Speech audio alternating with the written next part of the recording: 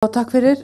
Þá komið að Pavel Bartošek, formanni nefndar C, til að taka saman í lokin. Gjörðu svo vel. Já, takk og takk fyrir góðar umræður. Nokkuð sem punktaði hjá mér, það voru nokkur sem myndust á það hve ítarleg ákvæði þessi mál eigi að vera í stjórnarskrá.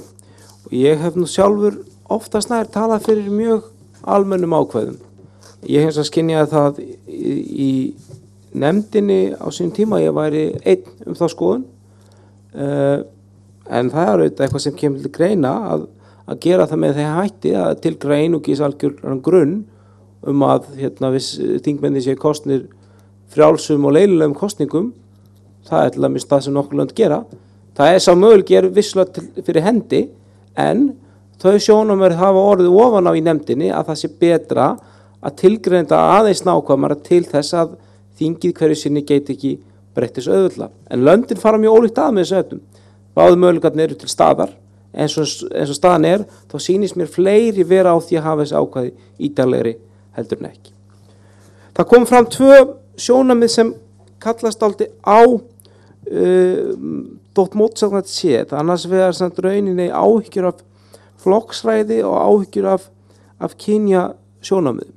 Sem sagt áhyggjur af stöðu kynjana í ólíkum kosningakerfum. Ég hef persónulega hallast að því að menn og flokkar gætu ákveða að bjóða fram bundna lista sem kjósendur gætu breytt með einhverjum hætti, en engu að síður að listarnir væru fyrirfram ákveðnir. Þetta kallar á meira flokksræði.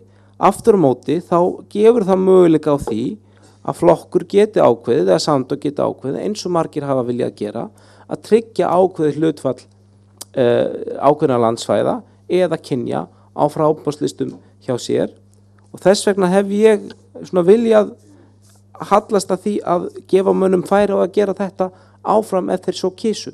Ef aðrir flokkar vilja frekar láta kjósendum fullt vald það hvernig aðra lista, þá sé það gert með þeim hætti. Þetta hins vegar bara mína persónulega skoðanir, ekki afstæða nefndarinnar.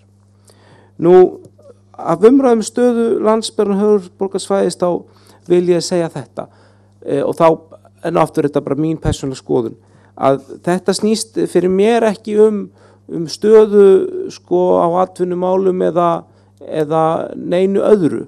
Ég hef viljað að atkvæðavægi væri jafnt. Ég held að það sé hlutur sem ekki væri farið aftur tilbaka þegar það skrefast í einu sinni.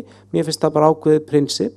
Á sama hátt þá finnst mér að skiljanlegt prinsip að menn vilji það að ákveðin landsvæði hafi sinni fulltrúa á þingi. Það eru bara prinsipi sem ég legg til grundvallar persónulega, og þau tengjast ekki það hvaða neinum efnahagslegum hlutum. Ég ætla ekki að lofa því að við munum laga stöðu landsbyggðarinnar með einhverju öðru hætti annars staðar. Ég held að sé ekki einu sinni heiðarlegt að segjast ætla að gera það. Þetta bara eitt ákveð mál. Nú, almennt áhyggjur vegna persónu kjörs, þá ég sjálfur ekki endilega mesti stuðningsmaður andstæðingur þess fyrirkomulags. Það vilji hér með ráðsins að gera þetta með þeim hætti, og ég held að þetta kerfi hafi töluvera kosti. Ég held að bjóða upp á þann möguleika að menn geti refsað þingmönnum frekar. Og ég hef reyndar ekki mikla gagnrýni á það að þetta fyrirkomulag hygli frekar þeim sem eru frægir eða ekki. Það náttúrulega svo gagnrýni kom fram að kosningin lokinni, en ég sá nú kannski ekki fyrirfram. Ef ég hefði séð mjög marga giska á þessu 20 nöfn fyrirfram og hafa það skjalfest, þá hefði ég kannski trúið. Það svona eins og alltaf. Eftir á þá mjög augljóst að við höfum akkurat verið hópurinn sem hafi verið kjörin. Það mjög auðvelt að spá þessu fyrir eftir á. En það var ekki jafn auðvelt að spá þessu fyrirfram. Þannig að ég held að í grunnintali þá eru öll kosningar þannig. Það betra að vera aðeins tektur og heldur en ekki. En þannig ég hef kannski ekkert persónulega rosalega mikið ágjur á því, en þetta auðvitað þessi kosning okkar ákveðin lærdómur sem það þarf að draga ákveðin lærdóm af henni, enga síður. Takk fyrir.